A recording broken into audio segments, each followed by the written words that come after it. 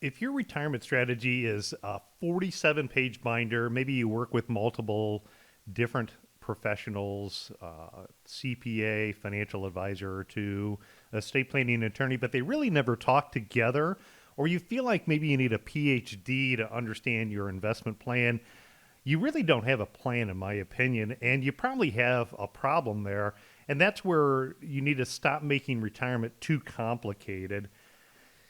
I've seen hundreds, if not thousands, of retirees spend more time really worrying about their retirement than they are actually enjoying it.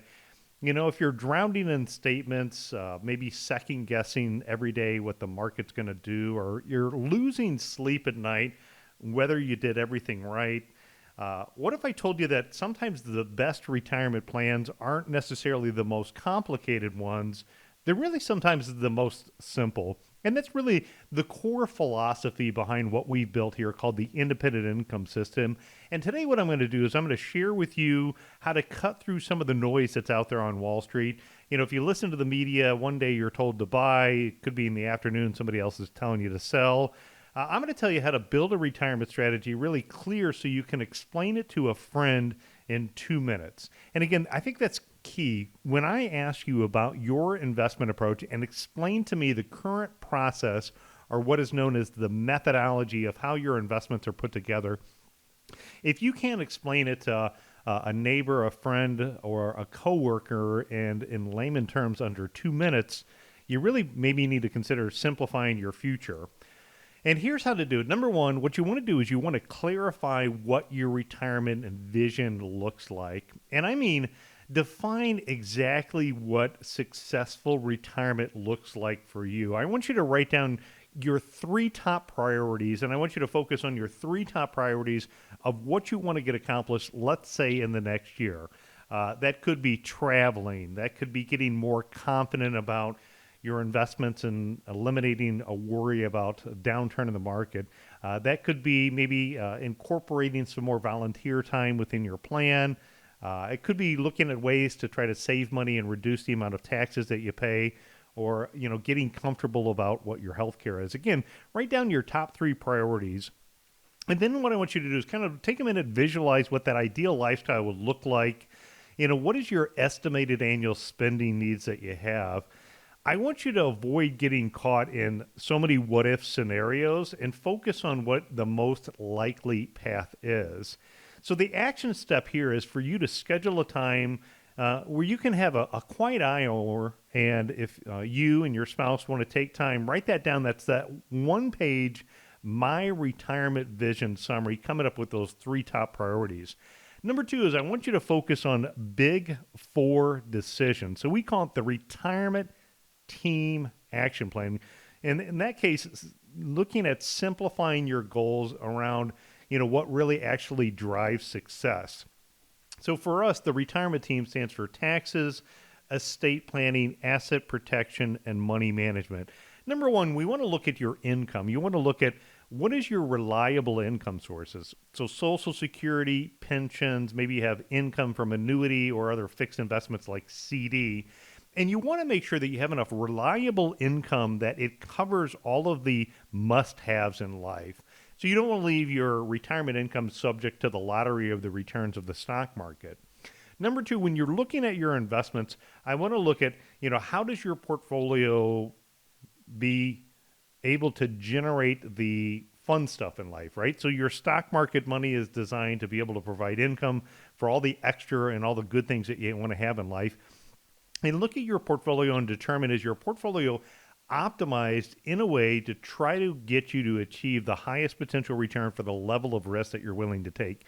And the neat thing about software and technology that's out there today is through an independent portfolio analysis, you're able to kind of take a look at what is the strength, what is the weakness, what are the risks, what are the opportunities of how your investments are put together. For taxes, when we think about retirement, taxes is probably one of your biggest debts that you have. So, if you've maybe paid off your car and credit cards, maybe you have no or just a little bit of mortgage balance left. If you think about the fact that you probably own a majority of your assets in tax-deferred retirement accounts like 401ks and IRAs, I would say the IRS is your biggest debt in retirement time. And so you got to think about how are you going to take steps to guard your wealth? What are the ways that you're going to reduce the amount of taxes that you pay?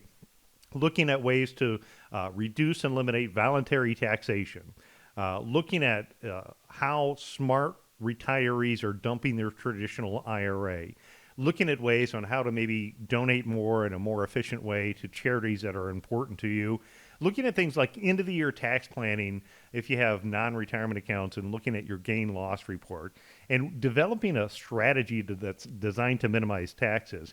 And then fourth is healthcare. How are you going to pay for healthcare coverage and how are you going to protect your assets in the event that you need some type of long-term medical care? I know right now with the annual enrollment period going on, you're going to be bombarded with commercials, ads, TV, radio, you name it. For those of you that are age 65 or older about the changes for Medicare during this annual enrollment period. And I would encourage you, if you want to kind of cut through the confusion and get clarity, I would encourage you to meet with our team here called America's Medicare Associates. I know Scott, Troy, and Dan have a variety of different events that are coming up here locally where they're teaching about what are the 2026 changes with the annual enrollment period. I know there's some big changes that are going on with providers, things like prescription drugs, making sure that you have the best plan moving into new year. I think you should every year spend at least an hour looking at your healthcare decisions to make sure that you have the right coverage. I know for myself, my own family, we have health insurance under what's called the Affordable Health Care Act.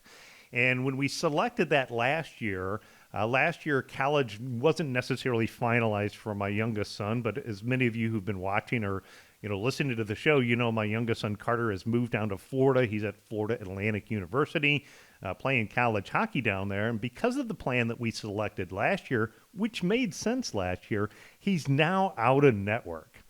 So I sit there and I watch the games on YouTube, and I try, like I am this weekend, to catch a couple in person. Always worried about making sure he doesn't get hurt. I've coached his roommate how to use super glue in case he needs to help him and bandage him up a little bit. But when you're looking at the four big decisions, what your action step here is to list each current strategy in those four pillars and make notes on anything that you identify as where there's a missed opportunity, maybe where there's a threat, maybe there's a blind spot or something that can catch you off guard. Number three, consider the advantages of consolidating your accounts and even consolidating the advisors as the team that you work with. Really reduce that clutter and some of the mixed advice that you get. There's pros and cons to consider when you look at maybe a multitude of old 401ks. Maybe you've changed jobs. Maybe you and your spouse have 3 or 4 different 401ks that you've accumulated over the years, but are those accounts working and optimized in the best way as well? There could be some advantages to consider consolidating those retirement accounts. Maybe consider the advantage of having one primary advisor kind of lead the team that coordinates the entire plan, coordinates taxes, your estate plans, your investments, your asset protection. It kind of brings it all together. That way you're not getting conflicting advice. And the last thing you want to do is be working with different financial advisors based solely on performance, meaning, my advisor earned X last year, so I'm going to take more money from this advisor and move it to that advisor, because chasing investment results can be dangerous, especially with where we're at in the market at an all-time record high. There's reasons why you want to have one captain kind of leading your ship. You want to create that, shared folder or binder for all of the accounts, the policies, the contracts. We create this binder which walks through each section of somebody's taxes, their estate planning, their asset protection, their money management. And in that, creating that financial inventory, creating those lists is going to allow you maybe where there's some overlap, maybe where there's duplicates. You might find out that a beneficiary form is outdated. Maybe you have a power of attorney that needs to be updated. Maybe your wishes and your will need to be done. But doing that is going to allow you to then schedule a review with the appropriate advisor to get things done and or to maybe consider having things consolidated. Number 4, you want to look to automate what can be automated.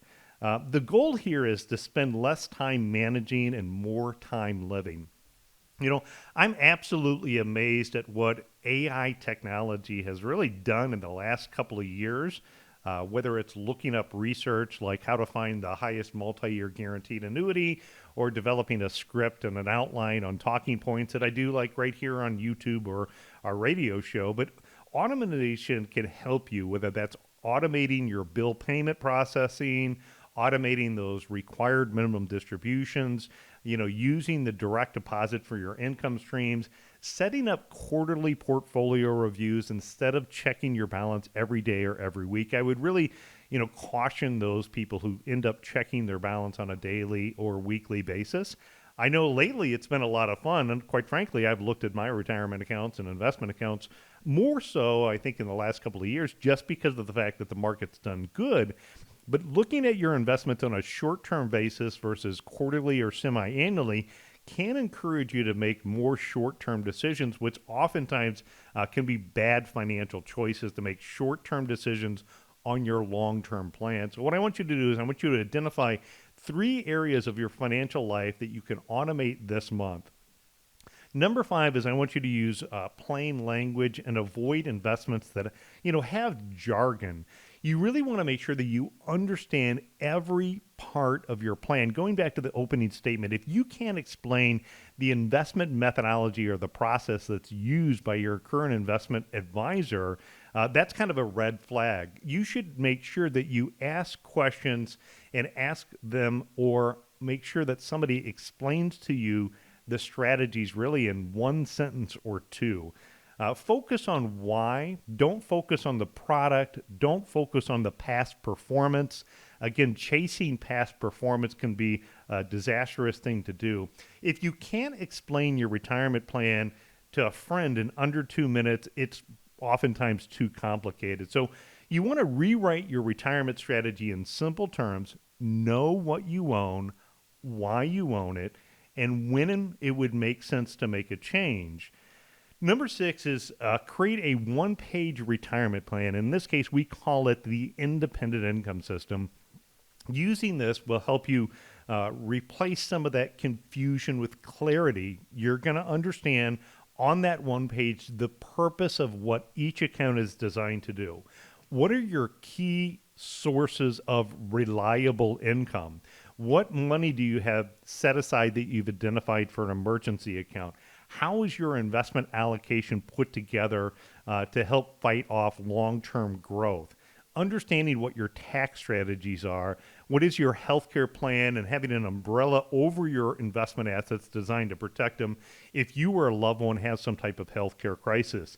Then understanding your legacy plan, understanding how to protect your surviving spouse's income in the event that there's a premature death, how to try to maximize the legacy to your loved ones if you're leaving a legacy is important to you. Maybe incorporating charity, understanding what documents you need to have in place, maybe any documents that you need to have. So again, I want you to summarize the entire plan into one-page summary, keep it visual. In our office, it's what we call the independent income system. And then I want you to review it annually. Again, I don't want you to constantly every week be worrying about this. Have fewer but better decisions that you make. Hold that once a year annual review. You could do it every 6 months if you like, but once a year is probably fine when you're thinking about your long-term plan, focusing on things and updating them when life changes happen. Income changes, changes within the family, health, goals, tax laws. That's a great example right now. The big, beautiful bill went into effect July 4th, 2025. And if you haven't met with your tax professional and said, hey, how do these law changes apply to my situation before the end of the year, when you go to file your taxes next April, you could have missed out on opportunities. So again, right now is a good example of where it's important to look at it with the tax law changes that we have, and ignore that daily market noise. Instead of watching CNBC or Fox News, turn on the travel channel, turn on something that's a little bit more enjoyable that you have, and ignore that noise that you have. So what I want you to do is put your annual calendar review and have that set up. It's always good, I think, about this time of the year in that fourth quarter to do it because you can look at things like end of the year tax planning, look at how to, change it and make investment decisions based upon where you're at tax wise. Then what I want you to do is I want you to measure your confidence, not complexity. So simplify equals success instead of tracking dozens of stats. I've seen people come in with all different types of charts, where people are tracking their investments on a daily basis. Focus on the things that you have control over. You have control over how much predictable income is generated in your plan. You have control over how tax efficient your plan is. You have control over the fees and expenses that you have. When you're tracking things, again, focus on tracking the things that you have control over and don't worry about the daily price of what your account is because you have little to no control over what happens within the stock market. I would tell you to take a step and rank your financial confidence right now, anywhere from 0 to 10, with 10 being the highest, and take steps to try to increase that as much as possible. Look, retirement doesn't have to feel like it's a study for getting your law degree. The whole point is to make retirement relaxing and stop excessively worrying about what's going to happen on Wall Street or creating your spreadsheets and actually start living the life you've worked decades to build. Here's my challenge to you. Take one of the items that I talked about today, one of these 8 strategies, and really begin to implement it this week. You don't have to do all 8. Just do one this week, maybe do one next week. And then, within a couple of weeks, you'll be able to be much more confident because you have a more simplified plan that you better understand, that has a one page that cuts through all of the confusion. Small steps create real clarity.